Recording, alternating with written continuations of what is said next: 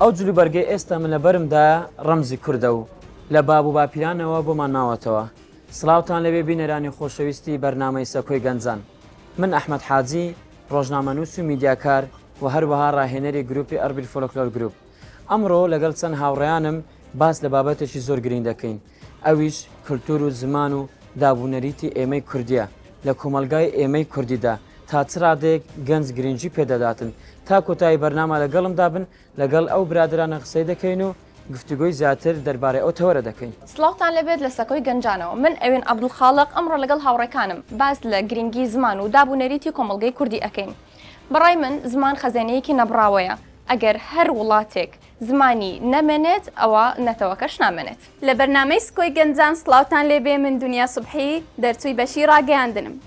من وەکو هاوڵاتیەکی عەرەب شانازی بەوەی دەکەم، شانازی بەجلی کوردی و کولتوری کوردی دەکەم. منیش دەمەوێت ببێتە هۆکارێک بۆ قبولکردنی یەکتر و هەروەها وا حیساب بکەن کە کورد و عەرەب برایەکن. لە سەکۆی گەنجانەوە سڵاو، من محەممەد متەڵیب دەرچووی پەیمانگای پزیشکی بەشی دەرمانسازی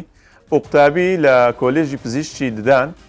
لەگەڵتانم. من پێم وایە دەتوانین لە ڕێگەی کللتورە کوردیەکان و سمبولە کوردیەکان تێکەڵی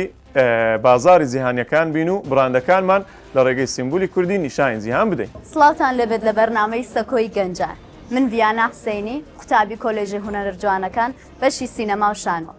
گوێگرتن و قسەکردن بۆ بیر و بۆ چوونە جیاوازەکان ئەبێتە هۆی زیاتر ناسینی کللتورەکە. من لانام لە سەکۆی گەنجانە لەگەڵتان دەبم بۆ دوان لەسەر زمان و کللتور. زمان و کللتور کردە ئەگەر بە باشی بەکار بهێنرێت دەمانگەێنێ بە زۆر شوێن.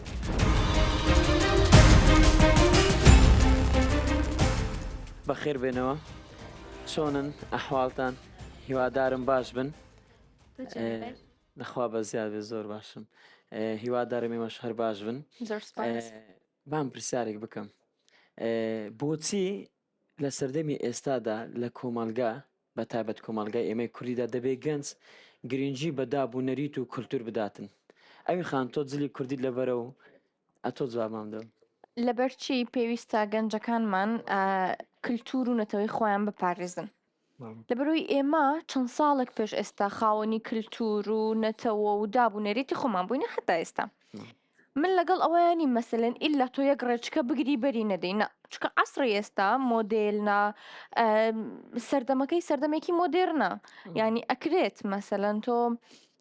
شتی پێشتر کە کۆم بووە لەگەڵ سەردەمی ئێستا تێکەڵاوی بکەی. بەس مهمەکەی ئەوە لێرەیە کە ئێمە گەورە ئەبین بۆ دوای خۆمان چی بەجێ ئەهێڵین، هەم نەتەوەی خۆمان، هەم کللتوری خۆمان، هەم زمانی خۆمان. تۆ پێویستە کە مەسەلەن زەواج ئەکەی منداڵەکەت لەسەر ئەو ڕێچکەیە ڕابێنی کە لەکوێ ئەژی. ئێمە لە کوردستان ئەژین، تۆ مەفروضە فێری بکەی مەسەلەن زمانی چێ، زمانی دایکی، نەوەک ئەوەی کە ئێستا منداڵک لە دایکە بێ هەر لەناو بێشکەوە فێری ئینگلیزی ئەەکەن حتا گەورە بێ هیچ نازانێ و زمانی کوردی نازانێ. داناخان تۆ ڕابۆچنت چێ دەربارەی گرنگیدان بە دابوونەریت و کولتور و زمان؟ بەڵێ دەستخۆش بۆ پرسیارەکەەوە، دەستخۆش بۆ ڕایەکەت ئەوین خان. سەبارەت بۆی کەەوە کللتوری خۆت بپارێزیت یاخود هەر گرنگی پێ بدەیت، ئەکیید ئەو غەریزەی لەناو ئینسان کە خۆی بناسێت متمانی بەخۆی زیاد دەبێتن. جا لە هەرویەکەوە بێت لە ڕووی کللتورەوە بێت، لە ڕووی بابەتەکانی دیکەوە بێت، کللتوریش بەشێکە لە هەویای تۆ. چەند زیاتر کللتوری خۆت دەناسی ئەوەندە زیاتر متمانەت بەخۆت دەبێت، ئەوەندە زیاتر دەزانین تۆکەیت و لەکوێ هاتووی تۆ بەرەو کوێ دەچیت. فڕای من بۆ مۆزوعی پاراستنی کللتور و گرنگی پێدانەکەی لە غەریزەی خۆناساندن و متمانە بەخۆ بوون خۆی دەبێت. تۆ گرنگی پێ دەدەیت؟ گرنگی پێدەدەم، بەس بە دیوێک نەگاتە ناحەی ڕەگەزپەرستی و خۆم پێ باشتر بنەتەوە یەکتر بۆ نمونە. دنیا خان تۆ بەڕەسەلک عەرەبی، باسێکی دابوونەریت و کولتور و زمانمان بۆ بکە. جوانترین شت لە کوردستان ئەوەیە کە کللتوری خۆیان هەیە، کللتورێکی زۆر زۆر جیاواز و جوانە، بە ڕەنگەکانی، بە جلوبەرگەکانی، بە قسەی زمان. لای من ئەوەیە کە خۆم عەرەبم، باور ناکەم کەسێک ئەگەر مەسەلەن ئەم نەناسی بزانی کە من عەرەبم، ئیلا دەبێ پێ بڵێم کە من عەرەبم. لە هەموو ڕێیەک کللتورەکەی جلوبەرگەکەی زۆر زۆر لای من خۆشەویست، زۆر لەبەردەکەی و زۆر لەبەردەکەم، یعنی لە فیستیڤال، لە پێشانگا، لە هەموو شتێک من جلی کوردی لەبەردەکەم. لە حەفلەکاندا وە دەزانن کە من کوردم، یعنی تازەوا فێری زمانی عەرەبی دەبم کە دەسمە حەفلەیەکی عەرەبیان شتێک. بەڵام ئەوەی لای من گرینگە ئەوەیە کە نیشانی کولتور یان جلی کوردی ڕەمزەکانی جلی کوردی نیشان بدەم بە عەرەبەکانیان هەر قەومێکی دیکە هەروەها ئەو تاتۆیە کە ئەبینی ماڵە وە دەزانن ئێستا عەرەبەکان تەنها تاتۆی دەکەن بەڵام ئەوە نیشانەی کولتوری کوردیە کە لە پێشووتر باو پێشووتر. پیرانمان بالضبط. پیرێژنەکان مەسەلەن ئەوانی کرد بە تەمەم بوون خاڵیان کوتیوە و ئێستاش وردە وردە دێتەوە ناو کۆمەڵگەی خۆمان ئەودا ئەوە نیشانەیەکی بچووکە لە کولتوری کوردی باشە بۆ ئاسایی نییە بۆ شوێنێکی فەرمی زانکۆ یاخود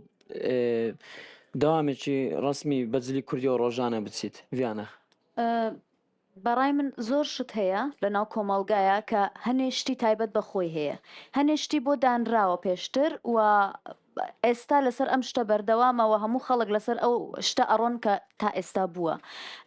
بەڵام ئەم شتا وەک بۆن منە بۆ دەوامی ئاسایی ڕۆژانە کە تۆ جلی کوردی بکەیتە بەرت و بچی لەوانەیە هەنە سیرکردنی جیاواز ببینی بەرامبەر بەخۆت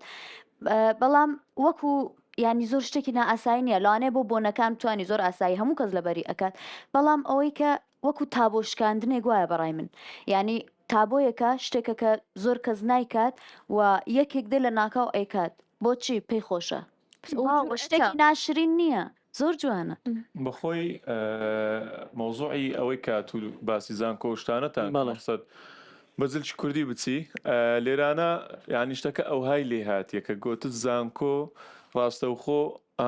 جلکی احتیادی و ئەوجا ئەگەڕێتەوە سەر کەسەکەی باشە بۆ دەبێت شێربی کە جلکی کوردی لەبەر کردیا بۆ فێر نەکراینە چونکە فێر نەکراینە لۆ فێر نەکراینە ئەگەر هاتە بە ئێستا کو لە مەکتب پێش لە مەکتب بووین دەبا قەمیست سپی بە پانتۆڕ ڕۆژ بەیان ڕەساسی بە فێر کراوی هەر کەسەکە دەهاتە مەکتب ئەگەر جلکی دەرەی لەبەر بە پێیان ئەنتیکە بوو بۆتیانەوە چی ئاساییە مەسەلەن سەرۆک بەشەکە دیان مدیرەکە جلی کوردی لەبەر بێ بۆچیەوە ئاساییە هەتا لە ئەوەکانیش ئاساییە زۆر زۆر احتیاد ینی ئەمە تەڵەبەمان لەگەر ئێستان بەخۆم مەرحەلە دوی بەشی پزیشکی دانم تەڵەبەمان لەگەر بووە هاتیە جلکی کوردی لەبەرکردی زۆر زۆر لانا خەناتۆ جلی کوردی لەبەر دەکەی عفو کاکمان جلی کوردی ناوەندی ئەکادمی لە ڕۆژی ئاسایی نەخێر بۆ لەبەرەوەی ناوەندی ئەکادمی پێت عیبە مۆزوع عیبە نییە مۆزۆ ئەوەیە ناوەندێکە کە درێسکۆدی تایبەت بەخۆی هەیە ئەوە کولتوری کوردیە یان کولتوری کوردیە بەڵام لە کات ساتی خۆی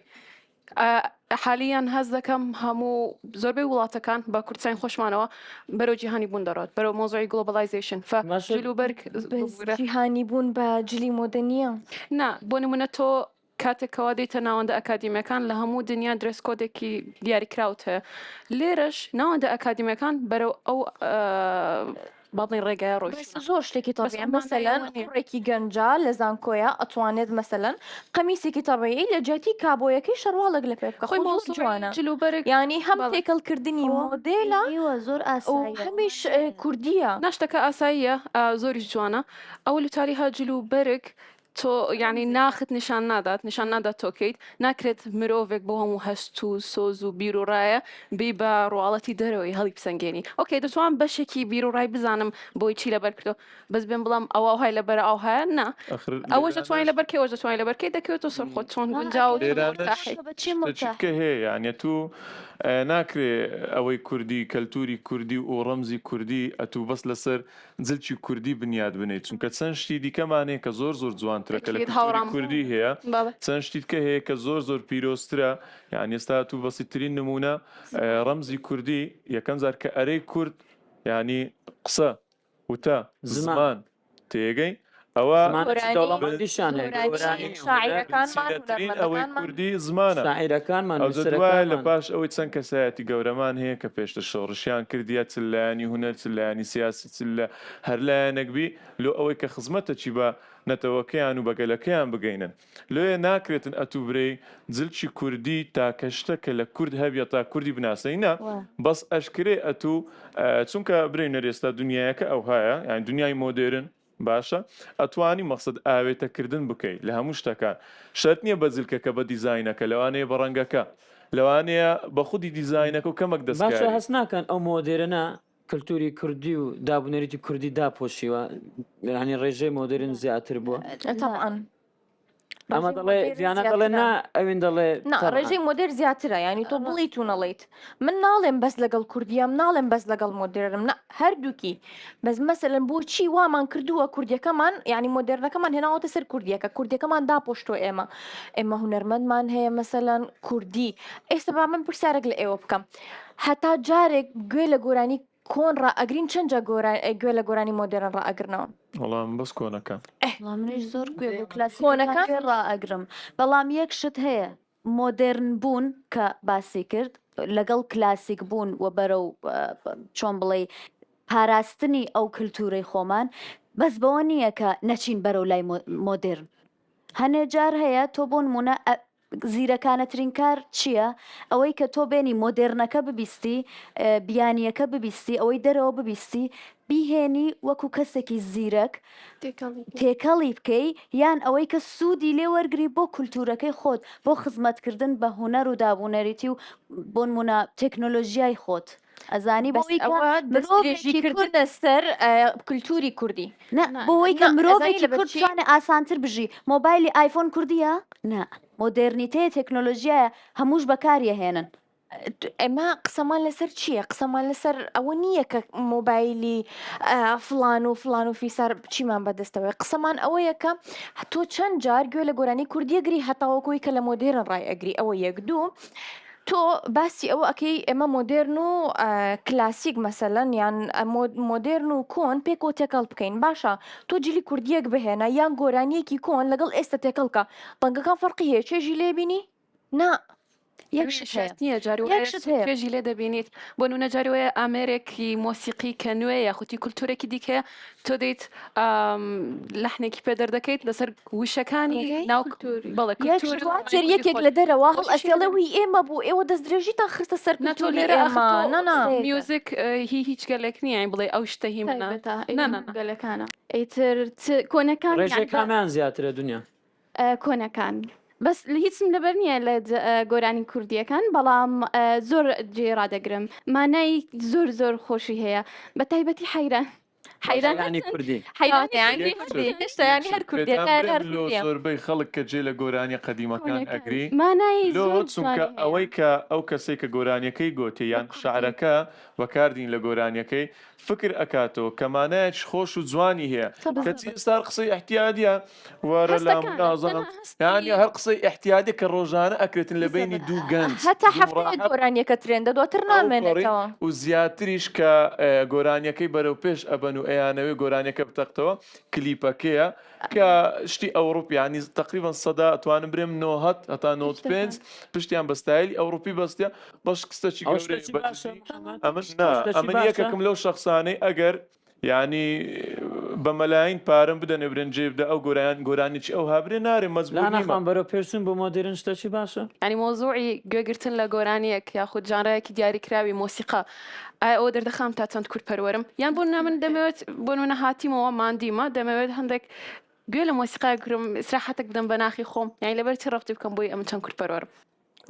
نازانم لە ئێوە ڕایتان چییە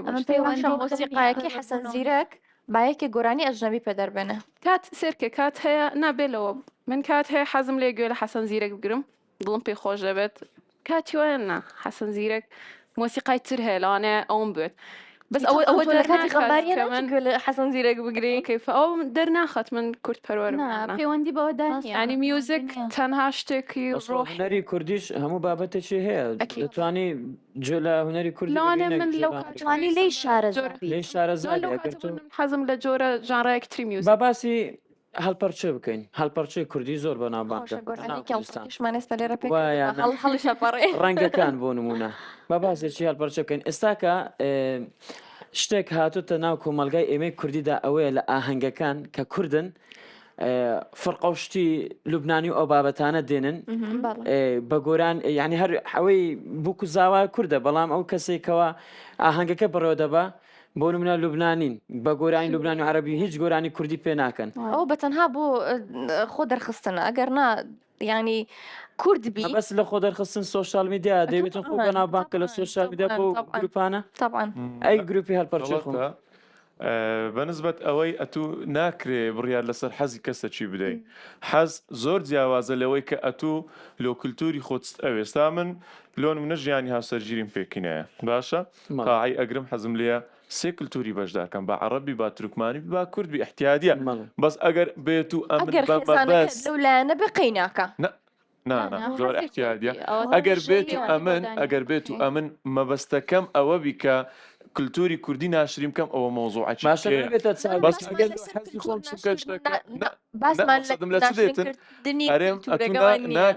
ناکرێت نەک ئەتوو ئەم نیش ناتوانم بڕیار لەسەر حەزی تو بدەم ئەتولۆن منە حەز لە ڕەنجی ڕەشە لۆ پێت برێم ڕەنجی سۆر لەبەرکە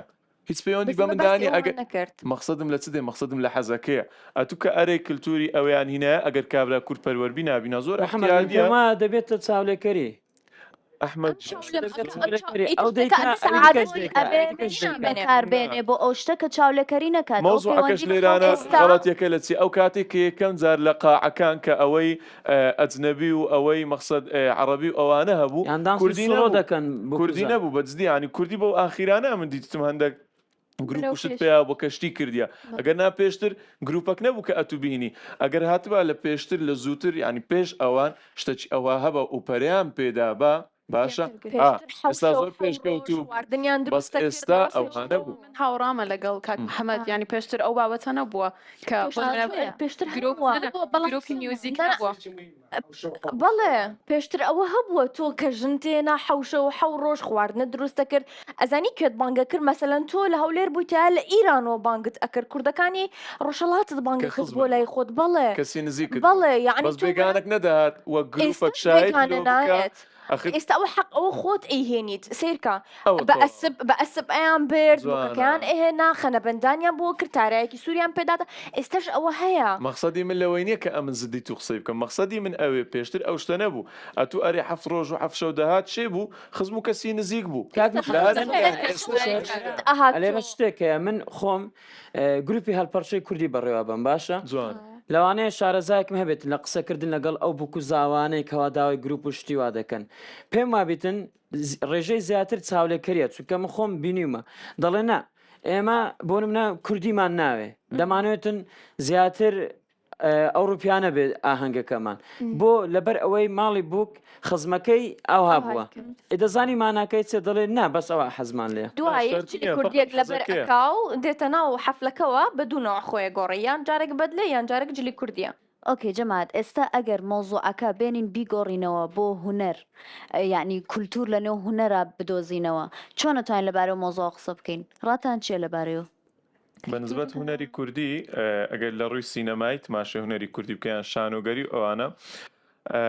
ڕاستیشتی زۆر زۆر جوان کرایە وشتی زۆر جوانیشێ و لە ئایندەش ئەوەی ئەمن ئاگام لێویشتی تایبەت پێشکەوتوش بووە پێشکەوتو بۆ زۆر فەرقی کردیا و ئەوەش ئەگەڕێتەوە سەر ئەو کەسەی کە مەقسەد ئەو گروپی کە بەو ئیشەی هەر ئەستن و لایانی پەیوەندیداریش دەبی بەجددی هاوکاربی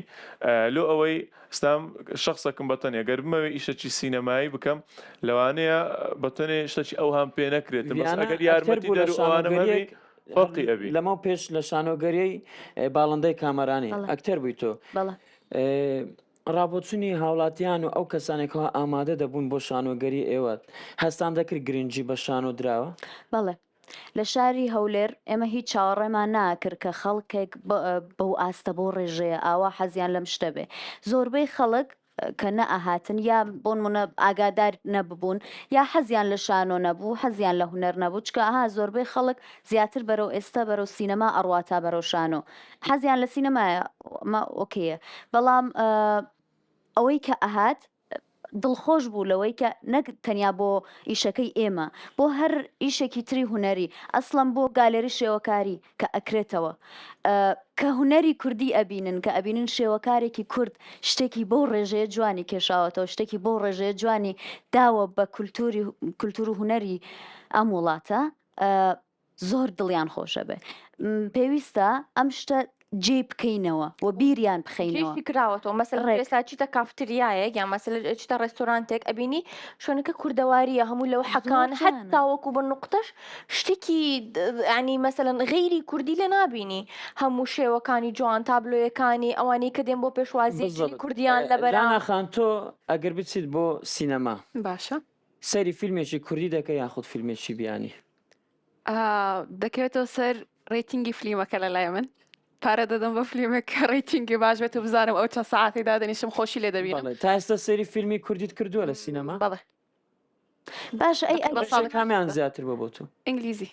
فلیمی بۆ؟ ئەجنەبی با بڵێ بۆ دەبری ئەو بۆ فلیم کورد ناتوانێت شتە بکە کورد دەتوانێت بیکات بەس هەتا فلیمێکی کوردی بەرهەم دێت دە فلیمی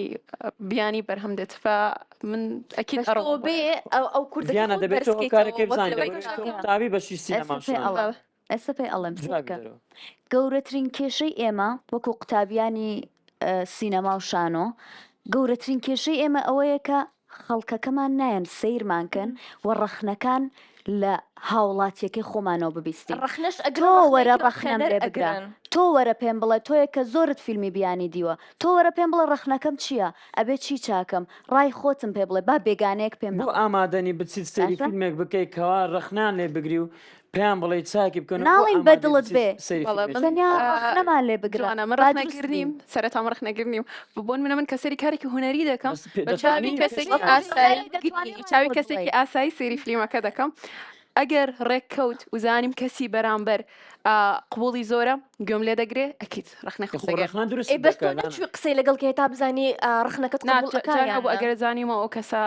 گوێ دەگرێت ئەکییت بەس تۆ بە فێری ڕخنە بگری بەس نەگە نەکە ڕەخنە لە هەموو ڕەخنەی شتێک دروست کرد نابێ بیر ڕوخێنە تۆ بێ ینی تۆ گەیشتی تە ئاستێک مەسەلەن تۆ لە 18 ساڵ تێپەڕی تۆ بە ڕخنە بگری بزانی ڕخنەیەکی جوان بگری ینی من مەسەلەن تۆ حەزت لە جلەکەی من نییە ئەتوانی پێم بڵێ ئێوە ڕەنگەی جلەکەت زۆر جوانە نا بەس زای خۆزگە چۆنە هەموو ئەوە- شتێک لەوانێ من لە ئەو دیتگایەکە عاتبەت سەیر نەکردبارە. دەکەم من بۆن منە جلەکەت ڕەنگی زەردی تێدا من حەزم لە ڕەنگی زرد نییە ناکرێ بم لە حەز و دیدگای خۆم ڕخ ناگرم لەوانێ فلیمێک ئەوە ڕخنە نییە یاخود تۆ بە من کارێک بڵێ هوەری باشە ناشرینی بڵێ شتەکە ناشرین بکەی ئەوە ڕخنە پرسیارش دنیاخانیش با جواب داتەوە دنیاخان تۆ بە ڕەسەلک عەرەبی زۆر پێم خۆشەکەوە لە مەجلیسێکی ئاوە دانیشتی لەگەڵمان تۆ چۆن دەبینی ئەو مناقەشەیە دەربارەی هوەری کوردی و هوەری بیانیەکان ڕاستی هوەری کوردی خۆی ئێستاوا زۆر یعنی گرنگی پێدەدەن بەڵام ئەوەیە کە دەیبینم لە لای مەسەلەن حکوومەتیان لای کەسێکی دەسەڵاتدار بێتن گرنگی بەو شتە بداتن هەز دەکەم زیاتر بەرەو پێش یعنی دەچیتن دەبتە شتێکی عالەمیە ئەم هەندێک کار دەبینم یان فۆتۆگراف دەبینم کە مەسەلەن فیلمێکی شتێکی دروست دەکەن بە شیوازێکی زۆر زۆر جوان یعنی دەیکەن و ماندی دەبن و زۆر زەرریش دەکەن بەڵام لەجێ ئەوە یعنی بینەرێک دەیانەوێت بینەری زیاتر هەبێتن بۆ ئەوەی سەیری فیلمی کوردی بکەن یان شانۆگەریەکی کوردی بکەن کللتوری خۆیان دەربخەن بە ئەو دروستکردنی ئەو فیلمیان ئەو شانۆگەریە بیانە خانگوتت وەڵامی پرسیارێکت بەڵێ دەدا ویستم شتێک بڵێم بەڵێ لە کۆیە یەکشت بڵێم وەکو قوتابیەکی سینەما و شانۆ کە ئێمە بەشێکین لە کولتوریە وڵاتە بەڕاستی لە دڵنیایی ئەمە هەمومان ئەزانین نەک ئێمە هوەری هەر وڵاتێک و پێویستە چۆن ئێستا باسی ئەومانە کرد کە چۆن ئەتوانین کولتوری خۆمان پارێزین چۆن ئەتوانین ئاگاداری لێ بکەین چۆن شتی مۆدرن نەخینە ناو کولتوری خۆمانەوە